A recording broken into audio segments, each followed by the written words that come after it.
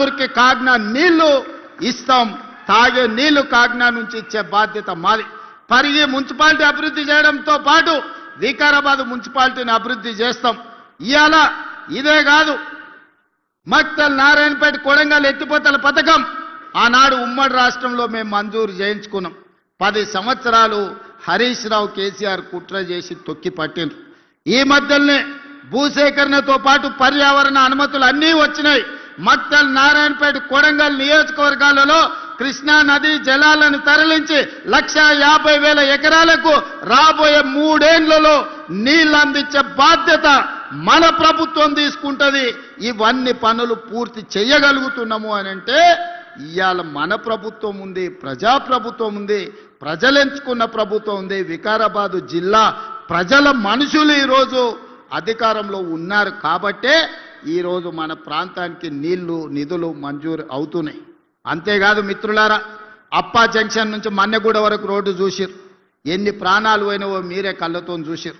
ఎన్నోసార్లు చచ్చిపోతున్నప్పుడు మా రామ్మోహన్ రెడ్డి వాళ్ళని పలకరియడానికి మా యాదయ్య గారు అక్కడికి వెళ్ళారు. ఆ కుటుంబాలు ఎంతో ఆవేదన వ్యక్తం చేసినాయి. 10 ఏళ్ళు మంజూరైన కేంద్ర ప్రభుత్వం మంజూరు చేసిన రోడ్డును పర్యావరణం పేరు మీద కొన్ని కేసులు పడితే వాళ్ళతో పాటు లిటిగేషన్లు ఆనాడు బీఆర్ఎస్ నాయకులు చేరిన ఒక్కరోజు కూడా అప్పా జంక్షన్ నుంచి మన్నగూడ రోడ్డు పూర్తి చేయాలనే ప్రయత్నం చేయలే.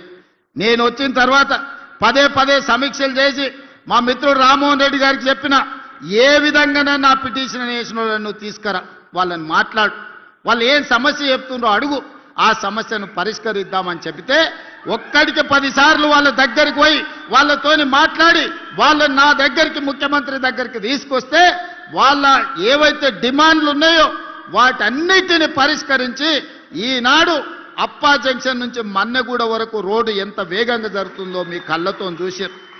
మొన్నటికి మొన్న రోడ్డు మీద టిప్పర్లో కంకర తీసుకుపోయి ఆర్టీసీ బస్సు మీద పడితే 40 మంది పైగా చచ్చిపోయారు. ఈ పాపం చంద్రశేఖరరావుది కాదా? ఈ పాపం సబితా ఇంద్రారెడ్డిది కాదా? ఒక్కనాడైనా రామ్మోహన్ రెడ్డి చేసిన ప్రయత్నం ఆ పిటిషన్ లేచిన వాళ్ళని పిలిచి కూర్చోబెట్టి మాట్లాడి ఉంటే మంత్రిగా ఇన్ని ప్రాణాలు మిగిలేవి కదా? మీరు చేసిన పాపం కాదా? మీరు పాల్పడ్డ హత్యలు కాదా? పేదోళ్ళ ప్రాణం పట్ల మీకు విలువ లేదనడానికి ఇది ఒక ఉదాహరణ మాత్రమే. అదే కాదు, ఈరోజు మన్నెగూడ నుంచి తాండూరు పోవాలంటే 2-3 గంటలు పట్టే, మోకాళ్ళంత గుంతలు ఉండే. ఇప్పుడే మా మనోహర్ని అడిగిన, ఏం మనోహర్ పరిస్థితి అని. లేదన్నా వేగంగా పనులు జరుగుతున్నాయని. ఇవాళ వికారాబాద్ నుంచి తాండూరు, మన మన్నెగూడ నుంచి తాండూరు పోవడానికి ప్రత్యేకమైన రోడ్డు ఈరోజు పనులు జరుగుతున్నాయి. ఎన్ని నిధులు కావాలన్నా తాండూరు ఆ రోడ్డును పూర్తి చేసి సంవత్సరం తిరిగే లోపల తాండూరు ప్రజలకు ఒక మంచి రోడ్డు ఇచ్చే బాధ్యత ఈనాడు మన ప్రభుత్వం తీసుకుంటుంది అని చెప్పి ఈ వేదిక మీద నుంచి మీకు సూచన చేస్తున్నా. అదేవిధంగా మిత్రులారా, RRR ఔటర్ రింగ్ రోడ్డు రావడంతో మన రంగారెడ్డి జిల్లాలో ఒకనాడు ఏ పరిస్థితి లేకుండే. ఎకరం భూమి అమ్మాలంటే తల తాకట్టు పెట్టే పరిస్థితి. ఔటర్ రింగ్ రోడ్ వచ్చిన తర్వాత 1,00,000 వలకని భూమి 1 కోటి అయింది, 1 కోటి భూమి 10 కోట్లు అయింది, 10 కోట్ల భూమి ఇవాళ 100 కోట్ల రూపాయల విలువ పెరిగింది. ఇవాళ 100 కోట్ల కంటే కూడా మన రంగారెడ్డి జిల్లా ఔటర్ రింగ్ రోడ్ చుట్టూత భూమి దొరకలేదు.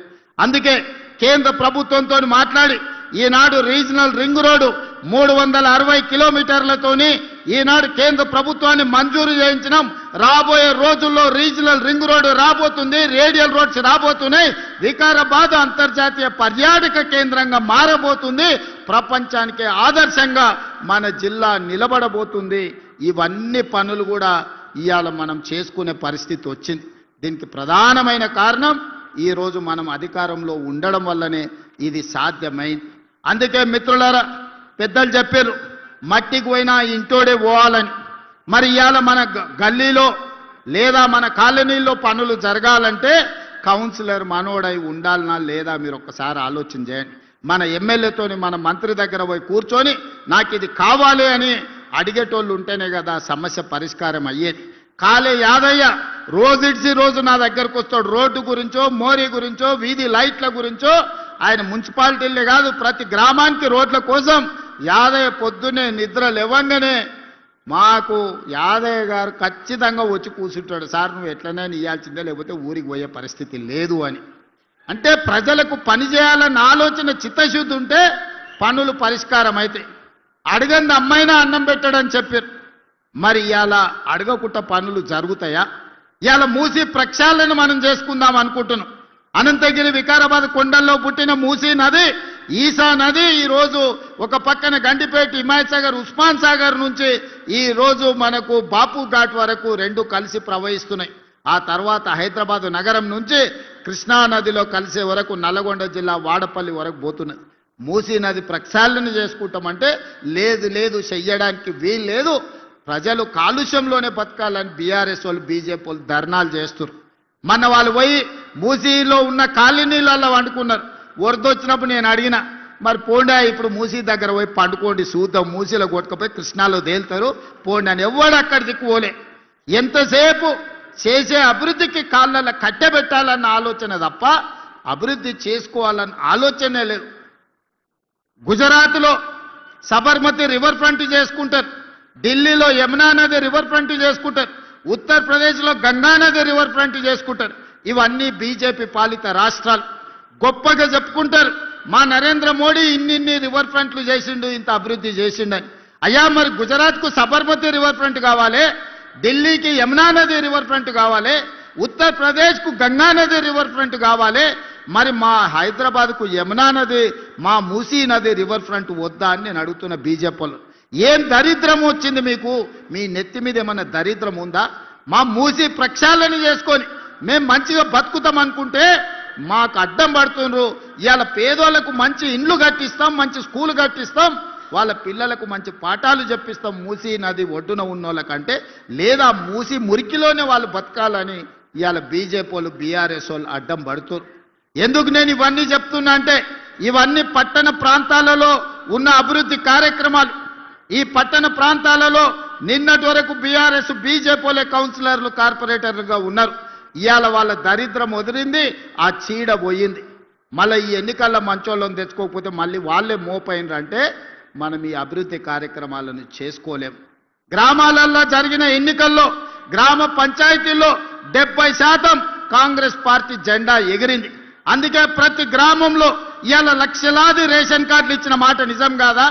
ఎవరు అడిగితే వాళ్లకు, పెళ్లి అయిన వాళ్లకు, అత్తగారింటికి పోయిన వాళ్లకు ఇవాళ రేషన్ కార్డు ఇయ్యలేదా? మా అక్కలు ఇక్కడనే ఉన్నారు. ఇవాళ సన్న బియ్యం ప్రతి మనిషికి 6 కిలోల చొప్పున 3,17,00,000 తెలంగాణ బిడ్డలకు ఈనాడు ప్రభుత్వం 6 కిలోల ప్రకారం సన్న బియ్యం ఇస్తుంది. అక్క ఈడున్నోళ్ళు నేను అడుగుతున్న మా అక్కల్ని, పాలపిట్టల లెక్క ఉన్నారు మొత్తం ఇందిరమ్మ చీరలు కట్టుకొని మా అక్కలు. దసరా పండుగ నాడు పోయినట్టే ఉంది. పైనుంచి చూస్తుంటే మా అక్కలు మీటింగ్కి వస్తున్నారు, పాలపిట్ట ఎగురుకుంటూ వస్తున్నట్టే ఉంది మా అక్కలు. పాలపిట్ట రంగు చీరలు కట్టుకొని వస్తుంటే సన్న బియ్యం వస్తున్నాయా లేదా అక్క? ఆ ఎల్ల దొడ్డు బియ్యం ఇస్తే బర్రెలకు దాన పెట్టి రావునా? ఇవాళ ఈ సన్న బియ్యంతో పిల్లలకు బుక్కెడు బువ్వ పెట్టే పరిస్థితి వచ్చింది. 3,17,00,000 మందికి ఇవాళ సన్న బియ్యం ఇస్తున్నాం. మా రిపోర్టర్ల మిత్రులు కూడా చాలామంది ఉన్నారు, వాళ్ళకు కూడా సన్న బియ్యం వస్తున్నాయని నేను అనుకుంటున్నాను. ఎందుకంటే జర్నలిస్టులు ఉన్నారు కానీ వాళ్ళు కూడా పేదోళ్ళే, వాళ్ళకు కూడా సన్న బియ్యం వస్తున్నాయా లేదా ఒకసారి ఆలోచన చేయాలి. కొంతమంది యువకులు ఉన్నారు, నిన్నమననే పెళ్ళిళ్ళు అయినట్టుగా అనిపిస్తుంది. రేషన్ కార్డులు వచ్చే ఉంటాయి, అవునా? రేషన్ కార్డు ఇస్తేమి, సన్న బియ్యం ఇస్తేమి, 200 యూనిట్లు ఉచిత కరెంటు ఇస్తేమి, గ్రామాలలో ఇందిరమ్మ ఇండ్లు కట్టుకోండి అని పెళ్ళైన వాళ్ళకందరికీ ఇందిరమ్మ ఇల్లు, నియోజకవర్గానికి 3,500 ఇండ్లు ఇచ్చినాం. రాష్ట్రం మొత్తం 4.5 లక్షల ఇండ్లు పేదోళ్ళకి ఇచ్చినాం. నిజంగానే చంద్రశేఖర్ రావుకు 10 ఏళ్లలో 20 లక్షల కోట్ల నగదు ప్రజలు పన్నులు చెల్లించు. సంవత్సరానికి 2 లక్షల ఇండ్లు కట్టుంటే కూడా 10 ఏళ్లలో 20 లక్షల ఇండ్లు కట్టుండేటోడు. అసలు పేదోడు ఇల్లు లేనోడే తెలంగాణలో మిగిలేటోడు కాదు. కానీ చంద్రశేఖరరావు డబుల్ బెడ్రూమ్ ఇండ్ల ముసుగులో పేదవాళ్ళకి ఎవరికి ఇండ్లు ఇవ్వలే. మళ్ళీ ఇప్పుడే మొదలైనాయి, ఇంకా అదనంగా కావాలని మా స్పీకర్ గారు చెప్పారు.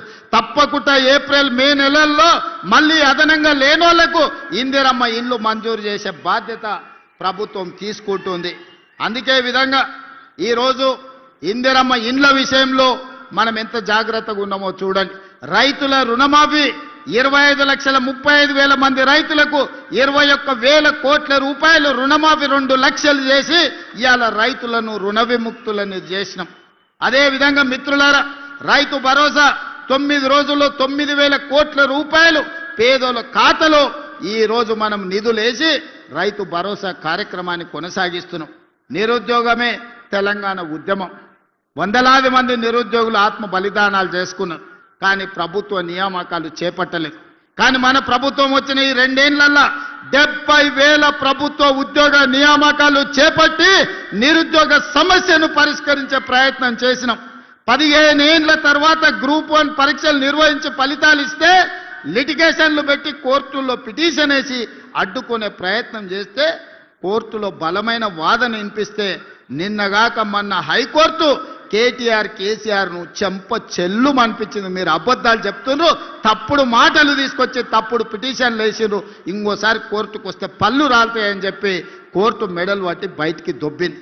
ఇవాళ తెలంగాణ బిడ్డలకు 562 మందికి గ్రూప్ 1 ఉద్యోగాలు ఇస్తే కడుపు మండి కోర్టులో పిటిషన్లు వేసి ఇవాళ నియామకాలను అడ్డుకునే ప్రయత్నం చేసిర్రు.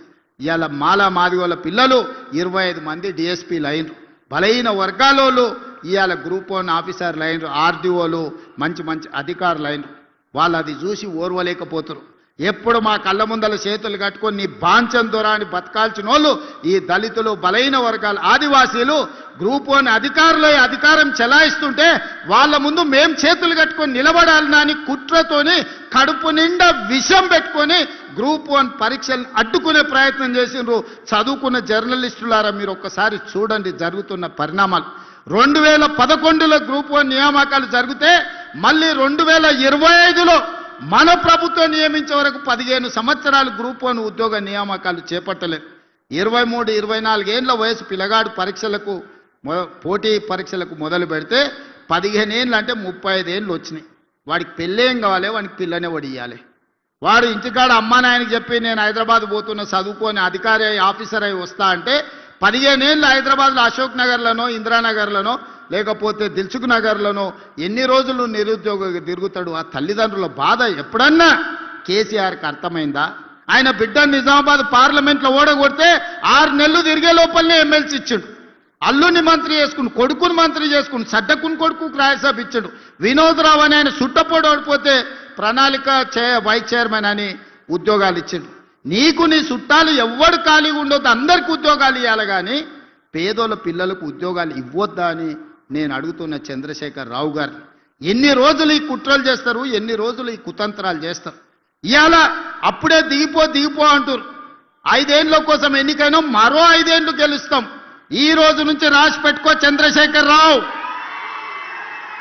కల్వకుంట్ల కిషన్ రావు గారు రాసి పెట్టుకో, బీజేపీ నాయకుడా, రాబోయే 8 సంవత్సరాలు ఇందిరమ్మ పాలన తెలంగాణ రాష్ట్రంలో కొనసాగుతుంది. తెలంగాణ రాష్ట్రాన్ని దేశంలోనే నెంబర్ 1గా అభివృద్ధి చేసి మా రీజనల్ రింగ్ రోడ్డు పూర్తి చేసుకుంటాం, మా వికారాబాద్ కృష్ణా రైల్వే లైన్ పూర్తి చేసుకుంటాం, మా ప్రాణహిత చేవెళ్ల ప్రాజెక్టును పూర్తి చేసుకుంటాం, మా మక్తల్ నారాయణపేట కొడంగల్ ఎత్తిపోతల పథకాన్ని పూర్తి చేసుకుంటాం, మా వికారాబాదును ఒక ప్రపంచ పర్యాటక కేంద్రంగా మేము పూర్తి చేసుకుంటాం, మా అప్పా జంక్షన్ నుంచి మన్నెగూడ నుంచి తాండూరుకు రోడ్డు పూర్తి చేసుకుంటాం, కాగ్నా నీళ్లు తాండూరుకు తీసుకెళ్తాం, కాగ్నాలో తాండూరులో అండర్ గ్రౌండ్ డ్రైనేజీని పూర్తి చేసుకుంటాం. నువ్వు నీ తాతలు అందరు ఎవరెవరు అడ్డం వస్తారో చూస్తాం. ఈ ఎన్నికల్లో మీరు చేసే కుట్రలన్నీ కూడా చెయ్యండి అని చెప్పి నేను ఈరోజు సవాలు విసురుతున్నా. అందుకే మిత్రులారా, ఇవాళ ఆలోచన చేయండి. ఇంత మంచి అవకాశం మన ప్రాంతానికి రాదు, ఇన్ని నిధులు మళ్ళీ ఎప్పుడు రావు. ఇప్పుడు చిన్నదో పెద్దదో మాకు తెలిసినోడనో సుట్టపోడానో వంగి నమస్కారాలు పెట్టిండనో కోటేస్తారంటే మన గల్లీలో మన కాలనీలో అభివృద్ధి ఆగిపోతుంది. ఎందుకంటే వాళ్ళు వచ్చి ఎమ్మెల్యేలను కలవరు, వాళ్ళు నిధులు అడగరు. మరి అడగనప్పుడు నిధులు ఇవ్వడం కూడా కష్టమవుతుంది. ఇవాళ నేను ముఖ్యమంత్రిని కాదు, మున్సిపల్ మంత్రిగా కూడా నేనే ఉన్నా. అడిగేది మనమే, ఇచ్చేది మనమే. ఇవాళ మనం ఉన్నప్పుడు మంచి చేసుకోండి. ఎన్నో ఎన్నికలు వస్తాయి. ఇప్పుడు వెయ్యనంత మాత్రాన వాళ్ళ తురాయి ఊడిపోయేది ఏం లేదు. ఇప్పుడు వాళ్ళకు ఉన్నది లేదు, కొత్తగా వచ్చేది లేదు. 10 ఏళ్ళు 2 సార్లు మున్సిపాలిటీలు వాళ్ళ చేతుల్లోనే ఉన్నాయి. మనకు రూపాయి కూడా రాలేదు, సిల్లి గవ్వ ఇయ్యలేదు. అందుకే ఈ మున్సిపాలిటీలలో మొత్తానికి మొత్తం మనోళ్ళే గెలవాలి. అప్పుడే అభివృద్ధి 100% సాధ్యం అవుతుంది. ఇంకా వాళ్ళు మాట్లాడుతున్నారు, ఈరోజు చంద్రశేఖరరావు చరిత్ర రేవంత్ రెడ్డి చేర్పేయాలనే ప్రయత్నం చేస్తురని. హరీష్ రావు, కేటీఆర్ గారు అన్నారు, చూసిండ్రు కదా. శుక్రాచార్యుడేమో ఫామ్ హౌజులు ఉన్నాడు, మారీచుడు సుబాహుడేమో ఊరూరు తిరుగుతున్నారు. గతంలో పురాణాలలో మీరు చూసిరు కదా, దేవతలు యజ్ఞాలు యాగాలు చేస్తే వాటిని భగ్నం చేయడానికి శుక్రాచార్యుడు